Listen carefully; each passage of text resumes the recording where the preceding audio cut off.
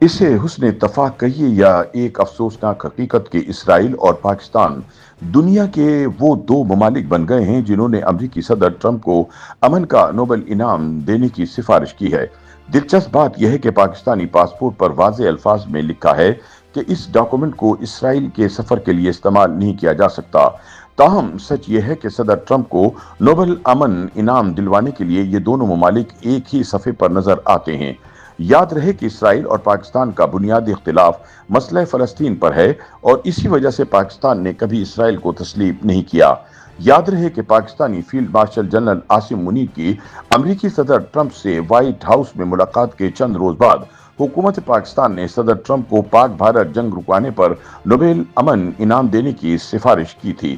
اب اسرائیلی وزیر اعظم بنیامین نیتن یاہو نے بھی اعلان کر دیا کہ انہوں نے صدر ٹرمپ کو امن کے نوبل انعام کے لیے نامزد کیا ہے، جو امریکی صدر کا طویل عرصے سے خواب رہا ہے۔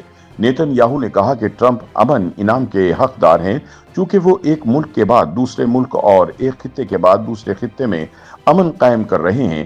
یہ بات انہوں نے اس خط میں لکھی جو انہوں نے نوبل امن انعام دینے والی عالمی کمیٹی کو بھیجا تھا۔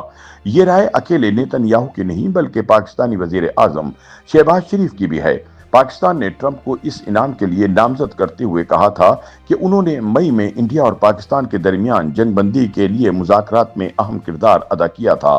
تاہم اگلے ہی دن امریکہ کی جانب سے ایران کے جوہری مراکز پر حملے کر دیے گئے، جس پر حکومت پاکستان شدید تنقید کی زد میں آ گئی۔ سوشل میڈیا پر یہ سوال کیا جانے لگا کہ کیا ایران پر بلا اشتعال حملہ کرنے والا ٹرمپ نوبل امن انعام کے لائق ہے؟ یاد رہے کہ امن کا نوبل انعام دنیا کے سب سے باوقار اعزازات میں سے ایک مانا جاتا ہے۔ یہ ان 6 انعامات میں شامل ہے جو سویڈن کے سائنسدان، تاجر اور انسان دوست الفریڈ نوبل کے نام پر رکھے گئے ہیں۔ یہ انعام جیتنے والے خوش قسمت افراد کا انتخاب ناروے کی پارلیمنٹ کی طرف سے منتخب کی گئی 5 رکنی کمیٹی کرتی ہے۔ یاد رہے کہ 2 پاکستانی یعنی ملالہ یوسفزئی اور ڈاکٹر عبدالسلام امن کا نوبل انعام حاصل کر چکے ہیں۔ اگر صدر ٹرمپ کو یہ انعام ملتا ہے تو بہت لوگ اسے متنازع سمجھیں گے کیونکہ امن کا نوبل انعام اکثر تنازع میں رہتا ہے۔ ہم یہاں 6 ایسے نوبل انعامات بارے بتانے جا رہے ہیں جن پر دیے جانے کے بعد بہت زیادہ تنقید ہوئی۔ اپنی 2020 کی یادداشتوں میں سابق امریکی صدر اوباما لکھتے ہیں کہ جب انہیں نوبل امن انعام ملنے کی خبر ملی تو ان کا پہلا رد عمل یہ تھا، کس لیے؟ تب انہیں صدر بنے صرف 9 ماہ ہی ہوئے تھے اور ناقدین نے اس فیصلے کو قبل از وقت قرار دیا تھا۔ دلچسپ بات یہ ہے کہ نامزدگی جمع کرانے کی آخری تاریخ اوباما کی حلف برداری کے صرف 12 دن بعد ہی آ گئی تھی۔ تاہم یہ فیصلہ کرنے والی کمیٹی نے بعد میں اس پر افسوس کا اظہار کیا کیونکہ اوباما کے دونوں صدارتی ادوار کے دوران امریکی افواج افغانستان، عراق اور شام میں خوفناک جنگی کارروائیوں میں مصروف رہی۔ ماضی میں عسکری سرگرمیوں میں ملوث رہنے والے یاسر عرفات کو نوبل انعام دیے جانے کے فیصلے پر اسرائیل سمیت کئی حلقوں میں شدید تنقید ہوئی تھی۔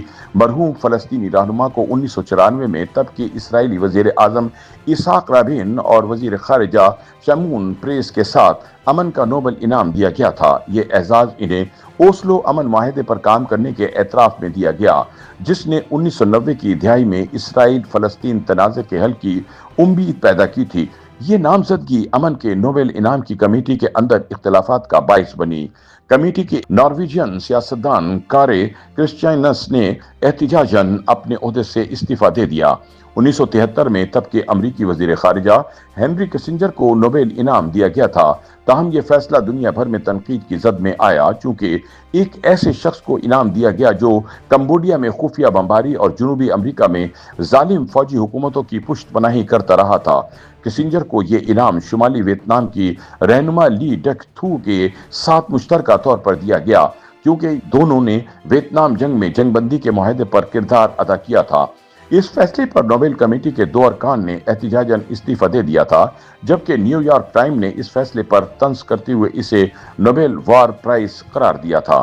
برما کے سیاستدان آنگ سان سوچی کو 1991 میں امن کا نوبل انعام ان کی فوجی آمریت کے خلاف عدم تشدد پر مبنی جدوجہد کے اعتراف میں دیا گیا۔ تاہم 20 سال بعد وہ شدید تنقید کی زد میں آ گئیں۔